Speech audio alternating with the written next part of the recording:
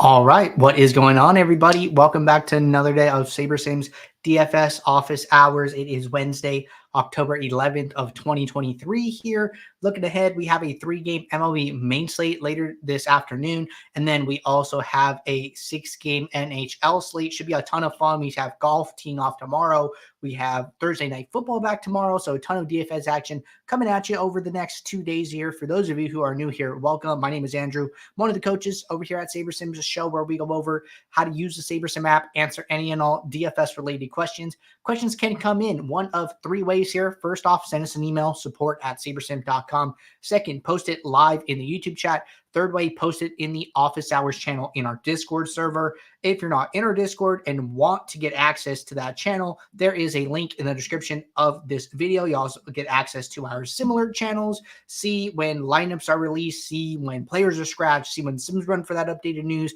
get access to the office hours channel. We can post questions ahead of time, get access to the individual sport channels, ask sport-specific questions, get to talk to other members of the community, other members of the SaberSim team. Can't say enough good things about the Discord. Before we get started, as always, want to remind you guys, if you are not signed up for our weekly max challenge, get signed up. Football is coming back tomorrow. This is a promotion giveaway we do during the NFL season. Get access to weekly prizes, season-long prizes. All you have to do is click this enter the challenge green button. It will take you to a short form that we have you fill out so we can send you guys gear. But all you have to do, use the SaberSim logo as your avatar on DraftKings, and then max enter one of the mini max contests on a DraftKings Sunday main slate. That's all it takes, and get access to all of these awesome prizes here. But with that said, I'm going to get SaberSim pulled up now and going to jump right into the show here. So let's get this up. So we have our 3-game slate here. I said we have the NHL 6-game. It looks like we're going to start with questions that came in the Discord here. And it looks like the first one is from Sammy. Sammy said, when using the Geo Mean, do I need to add the decimal or number as a whole? Okay, great question here. So usually, when I show how to do a Geo Mean calculation, it'll be like 0.2296, right? So when you do that in SaberSim, you should round it. So it should be 22.96. We're displaying it as a percentage, but when you actually do the equation on your calculator, it's going to show as 0.22 instead of 22 point whatever. So round that number over 2 decimals and you should be all set. But very good question there. All right. Question from G side. Question says, I noticed over the first 5 weeks, Saber likes the cheaper, low upside running backs. I found it profitable to just eliminate them from my pool. How often do you chop your running back exposure and shorten your player pool? I know they're showing up for a reason. However, ceiling seems very low. Thank you. So this is something that Max and I have been talking about a little bit in our review shows. So if you guys missed it, our latest review show went live yesterday afternoon, as well as did our MLB Showdown video. So if you go to the YouTube channel, you go to playlists or even videos here. So in playlists, if you go to Coach's Corner, these are where all of our main slate reviews live. So week 5 just went live 21 hours ago. Max and I broke down the main slate and things that we saw. Something that we've talked about over the last 2 weeks here are the value trap running backs. And the reason we're calling them a trap is because, one, they're getting a lot of, or just players in general. This is not solely for running backs, but players who are cheap, who have a decent point per dollar, that get a lot of ownership, but have a cap ceiling, and trying to identify those plays and possibly even stay away from them, right? These players with limited upside that are getting a lot of ownership, there's probably better pivots and there's probably better lineup construction. So that's something we've talked about. I think that's something you can definitely work into your process. If there is something that you're seeing that's working for you, I'm never going to discourage you from doing that, but check out this week 5 review in this playlist here. And then I also released a new video for the MLB playoffs here. Crush MLB playoffs, DFS, MLB Showdown strategy for 2023. So DFS Showdown video, with it being October, with all these short slates and a lot of showdowns, you're getting bigger prize pool showdowns here. So we wanted to do a showdown video. I did this video for you guys here, and then we did the video with Max. So a couple things for you guys to watch outside of this show. I would highly recommend checking out both of those videos. But good question, G side. All right, going to get SaberSim pulled back up here, and we're going to keep it rolling. Okay. Next question. This looks like a error question. It looks like Ben got back to Ugly 8 game, so it looks like everything is all set there. Appreciate you guys on that one. And then looks like there is a discussion with Teddy G. I did jump in on that a little bit, so going to skip that one for now. Going to skip down to this next question here from Teddy G, which hasn't been addressed.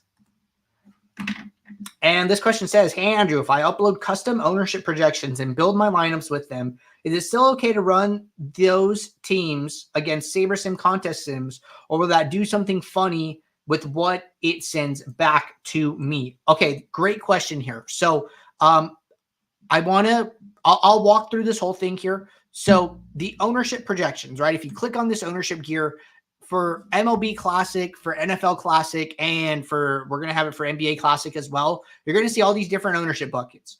If you click on these, the ownership projections are going to change. You can see Joe Ryan went to 53% in the single in the 20 max, and then in the MME, MME is 150 max, he's 49%. So the ownership projections change depending on the source that you pick. And then each one of these is its own ownership build. So the way we create ownership projections, we run builds with certain settings and parameters and inputs to that build. And then we use the exposures from that build as the ownership projections, right? So each time you see ownership projections, that is how many times this player showed up in a 5,000 field build here, right? And if you wanted to see those builds, if you wanted to see what those lineups actually look like, you can do that under contest. If you go to contest, you go to ownership contest, you can click on any one of these buckets here, and then it's going to show you the 5,000 lineups that were generated. And then you can go into players. Hey, how many stacks are in these lineups? What players are used? You want to go look at the pitchers or comparing them, right? So there's a lot of different ways to use this information. So this is what we're doing, right? And then when you run your lineups, let's say you build lineups here, right? And we'll just kick this off so we have something to work with here. So don't know why this happened, but I'm just going to open up a new workspace here because don't really have time to troubleshoot it. So let's go to my projection. Let's just do a hard reset here. And let's let this load back up. Okay, so everything back to white. This is what I was expecting here. So then just going to make 2 adjustments to ownership, going to kick off my build, right? So in the meantime, I can go into my settings and I can go into my contest sim settings. And let's say that I'm setting up a contest sim, right? So the easiest way to set up a contest sim is from the contest tab. You can right click on any contest in your CSV download, and then it will allow you to auto generate a contest sim, right? And we can just show that. So you can do it from my contest or you can do it from all contests. I'm just going to do it from all as an example. So say I'm playing this top contest. I right click on it. I click add contest sim. It's going to look at the details of the contest and automatically select the correct set of field lineups and input all the information. And then all I had to do is hit save. So when I go back to my build with my lineups, okay? So what the contest sim settings are saying, it's saying, hey, when you run the contest sim, use this set of field lineups, okay? One thing here, if you manually adjust ownership projections, upload custom ownership projections, that's not going to have a direct impact on the field lineups. If you want to have a direct impact on the field lineups, what I would suggest doing is opening up a new build workspace, uploading your custom projections here. And then what I would do is those will get loaded in here to the my own column. You go to the gear icon, you go to match exposure to ownership. What this is going to do is set a range above and below the ownership for the player's exposure to come in at when you run this build. And then that just gives SaberSim a little wiggle room when trying to generate these new exposures for you, right? So if your ownership projections are going to be different, you're probably going to want to build a custom field. And then once you build the custom field here, when you go back to your build with your lineups and you're setting up your contest sim, come into the contest sim settings that you have and select a different set of field lineups. So then if I built lineups in build 3, then build 3 would automatically come up here. And then I would be able to select that as the lineups that I want to run my contest sim against. So that is what I would do if you're using custom ownership. If you're using custom ownership and contest sims, you should 100% be building a custom field, or else it's not going to have the impact that you want. The only impact that it would have here is if you were using one of our Saber score metrics, and because your ownership projections are being taken into account in Saber score, then it would matter. But outside of that, it is not having an effect on the contest sim unless you are running your own field lineups. And I just saw a bug here that I just want to make a note of. So let me just field lineup drop down arrow not working. So I was trying to close this panel here and it wasn't working. So when I click this, it does not close. So I just want to make a note of that and I will get that back to the team. But really good question. Hope I clarified that for you, Teddy. And let me know if you have any more questions. We are going to jump over to the YouTube chat. First question from Paul said, will you be offering college basketball? So right now, I don't know. The good news is that the gateway to supporting college basketball was first supporting college football. So now that college football is being supported, that opens the door for college basketball to be supported. So I don't know, but what I could do is take this back to the team, let them know people are asking for college basketball, and then just help to put some emphasis on that item. So I'm going to take this back to the team as a feature request, and I'm going to note college basketball support. All right, question from Daniel. Say, good afternoon. I noticed yesterday that some SaberSim users finished ahead of me in my MLB contest on FanDuel, and they had lineups of my top 2 stacks. How can I ensure I get some? So there's also what about mini uniques, or what process should I implement to ensure I'm getting exposure to all of the lineups on a particular team? My contest SaberSim link has disappeared under the settings. Any hints on how to get it to show up? Oh, okay. This is actually a different question. Sorry, John. I'll get back to you. But so for Daniel here, right? What I would say is that, SaberSim is a great tool in and of itself. Users have definitely found ways to add value to the product, right? And, you talk about some of these short MLB slates here. We have a lot of great content on the YouTube channel focused on MLB. I would brush up on some of that, right? We've talked about playoff strategy here on the show. So glad to see that you are tuning in, trying to learn new things here, right? Ultimately, I don't have a great answer for you other than that, it could be variance, right? It's a little bit of variance. Having a solid process that has done well over the course of a season can just lead into the playoffs. And I wouldn't be too discouraged by the results that you're seeing, especially if you have something in place that has been working for you. And then let's get to this mini unique one.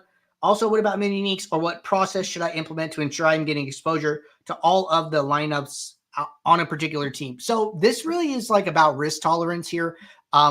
Some people are okay, full fading a team or a game, and they identify a situation where they feel like it is just better and they want to, take as much advantage of that one scenario, get as much shares of them as possible. Some people want to be more spread out, right? So you kind of have to figure out, hey, what matches my risk tolerance and what do I want to do on a given slate, right?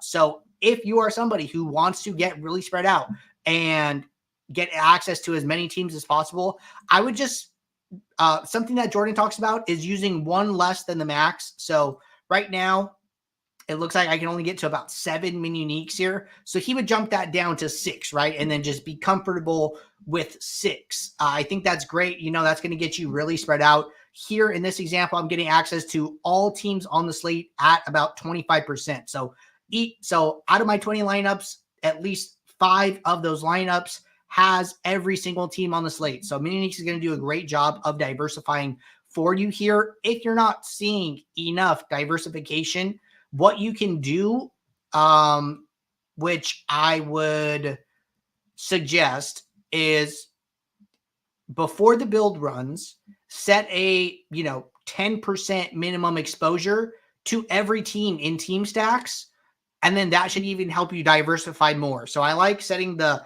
low min exposure to just kind of nudge SaberSim to give you what you want out of the gate. Something that Max and I talked about recently, where Max said, hey, I'm going to, pre-build, set a bunch of exposures to my quarterbacks for NFL to just get a more diverse pool and then look at it from there, right? So you can do it post-build with min uniques. You can do it pre-build with some minimum exposures and just help you get more spread out if you're having trouble doing that in the post-build already.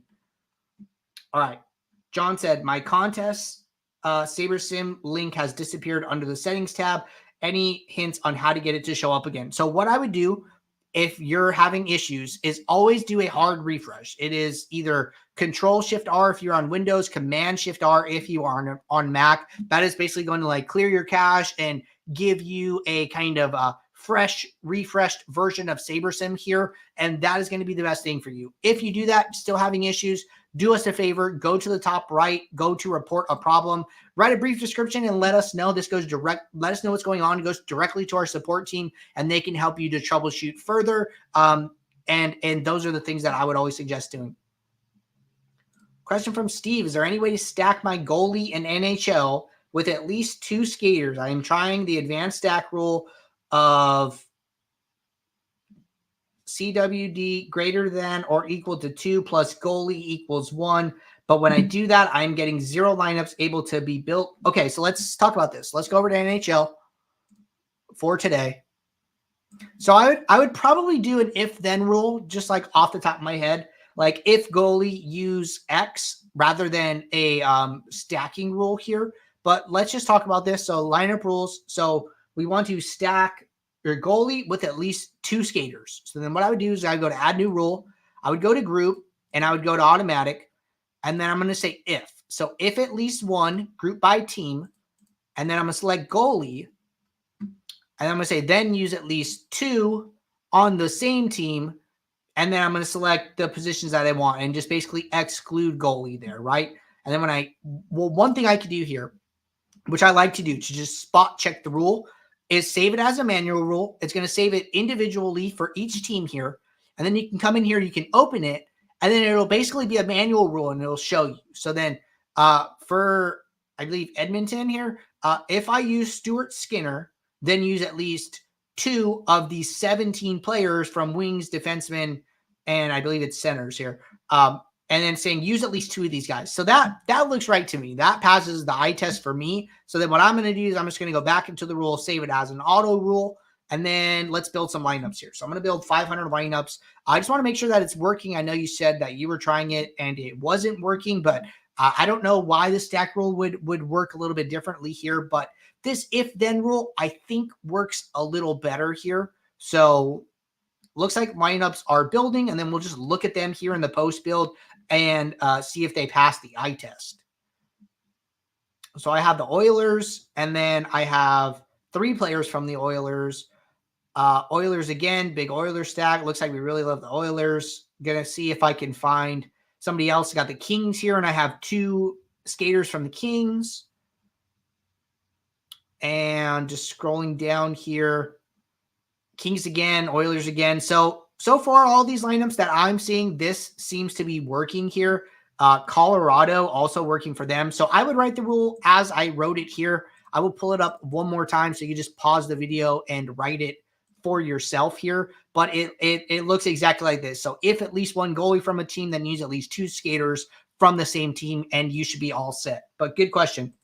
All right, question from Joff said, what is your strategy for creating contest sims for multiple Showdown contests? If you lump them into one contest sim, how do you handle big differences in contest size, for example? Okay, so really good question here. So one thing with Showdown, this was actually clarified in the Discord yesterday that for NFL Showdown, we have 10,000 field lineups, and for all other Showdowns, MLB, NHL, any other Showdown format, we have 5,000, right? So what I would do is group them one. So right now you can build 5 to 10 contest sims simultaneously. So in your contest sim settings, you can have up to 10 here, right? So what I would do is group all of the contests that are over 10,000 into one contest sim. And the reason for that is because whether it's 20,000, 50,000, 100,000, the builder only has 10,000 field lineups. So it's going to take your lineups, the 10,000 field lineups, put them into a contest sim and play it out. So there's really not a huge difference between simming them differently.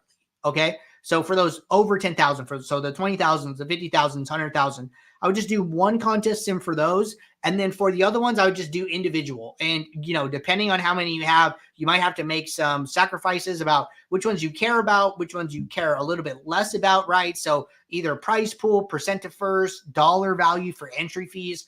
I would, prioritize based on those things and then build out my set. But now you can build up to 10 contest sims. So I would just group all the big ones and then do individual ones for the smaller ones as it makes sense for you, right? So that's the way I would be thinking about it.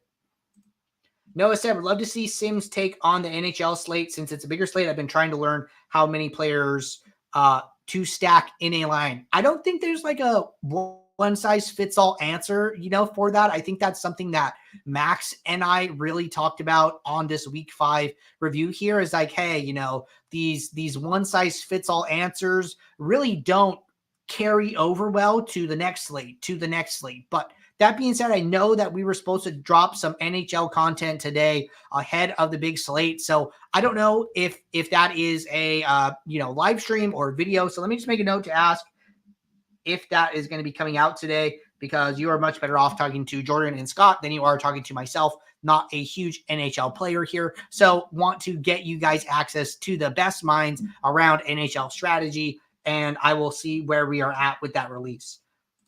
All right, Steve said, any reason there is no projection attached to any of the Toronto goalies tonight? Realize one may not be confirmed yet, but other unconfirmed teams still have a projection. Okay, let's go see what's going on here. So Toronto, and we're going to go to goalies.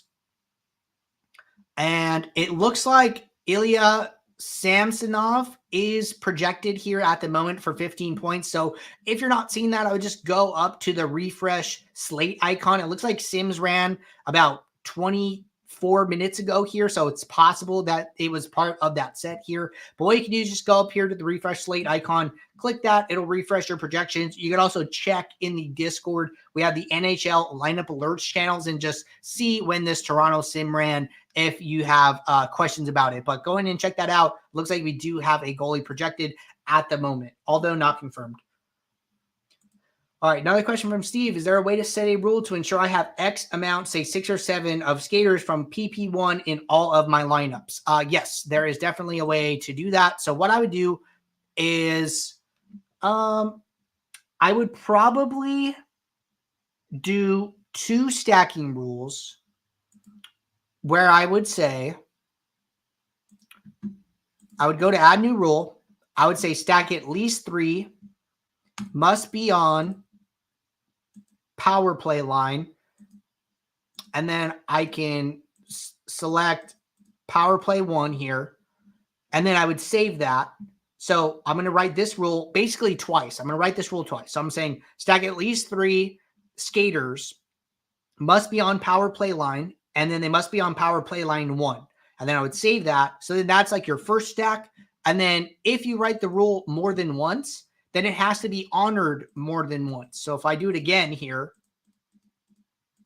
and say power play 1 again, well, now let me get rid of this other rule. Now I have these 2 rules here, and the builder is going to satisfy the first one and then satisfy the second one and then return lineups. So let's see if this works here. I'm kind of interested because in theory, I don't know if you could like run into a salary issue here with skaters on power play 1 being like more salary generally, but it seems to be building just fine here. And then we can just look at this and see what it looks like. So we should be seeing like double stacks in all these lineups. So 4-3, 4-3, 3-3-2, 4-3, right? 4-3. And you can even look at your stack exposures. So we're getting 2-3 stacks in every single one of our lineups that are being generated. So that means that the builder is satisfying both rules. So that passes the eye test to me. Try this out for yourself here. I'll pull up the rule one more time. Just write it twice and you should be on your way. Bob said, feature request would be great if we could run contest sims on imported hand-built lineups. Bob, you should be able to do this. And the way that I would do this is that, one, you're going to have to get the font. So say that, you go on your phone, you build some lineups, right? So those lineups are now in a contest. So then what I would do is go to your contest tab, go to my contest. I would download the template file from DraftKings. So when I do this, it's going to download the file to my computer. I do not want to drag it in, though. What I want to do is I want to open the CSV, and then I want to make sure that, which I can't really do this right now. Can I do this right now? All right, let me try to do this real quick for you guys. So I'll show you guys how to do this. So let me just go on my phone here. And I'm going to build a lineup for this NHL slate. So NHL Classic today. Just going to enter this real quick. Just going to pick highest projected guys that I could find. And we're going to do this fast. So bear with me. Try and be quick. All right, just need a couple more defensemen.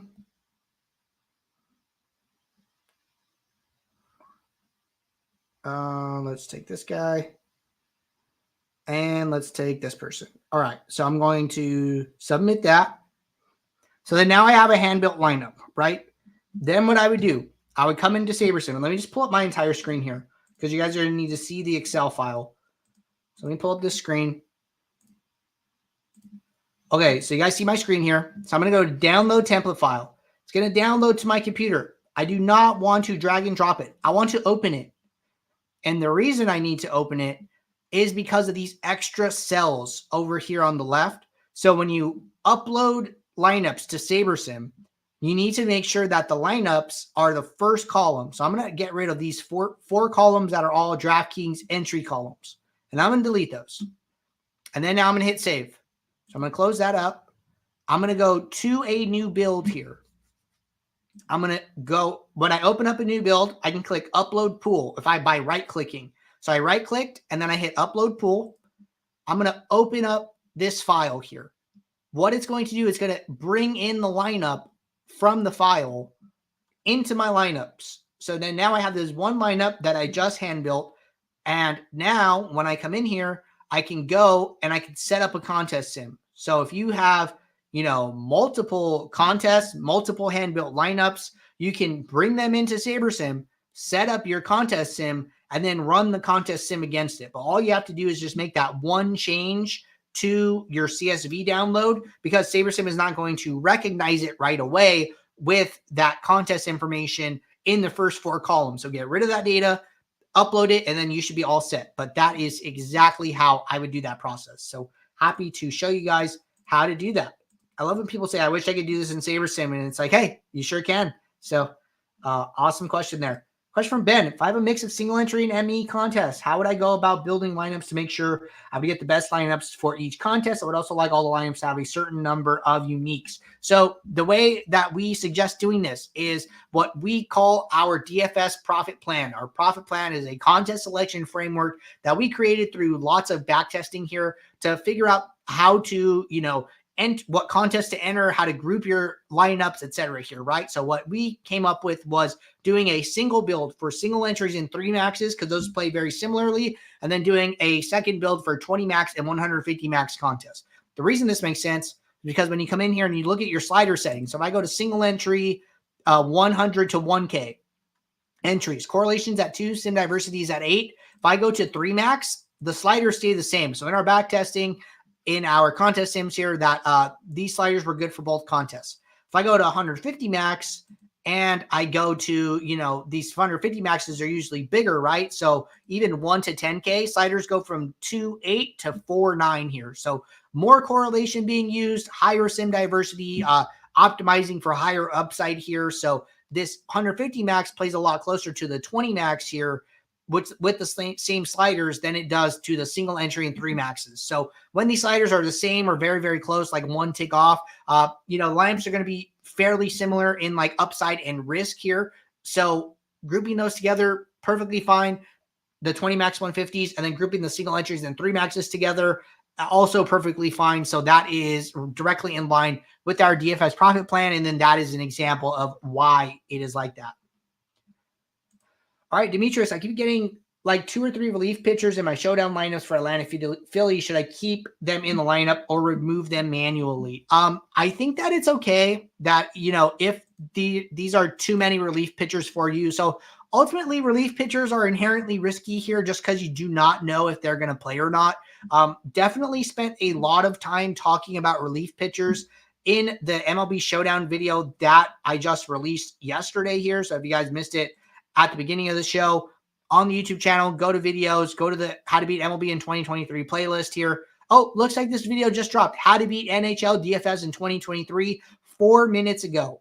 You know, don't run and go watch it yet. Our show is almost over here. So I'd say as soon as this show ends, go and check out that video ahead of puck drop tonight. And then also check out the MLB Showdown strategy for 2023. Spend a lot of time talking about relief pitchers, trying to figure out how to add value there. But ultimately, I think that if you're getting too many relief pitchers for your taste here, nothing wrong with setting a rule and just saying, hey, use no more than 1 relief pitcher, use no more than 2 relief pitchers in any lineup, and then just putting them in a manual group rule here. So that's like fairly simple to do. You just go to the slate here. Oh, actually, let's go to, well, it depends if, I imagine this is not happening for the classic slate, probably for the showdowns here. So if I were to like do a showdown, what you can do is just come in here, do a lineup rule, go to add new rule, go to group, go to manual, and then say use no more than 1, use no more than 2 here. You can right click on position, go down to RPs, relief pitchers,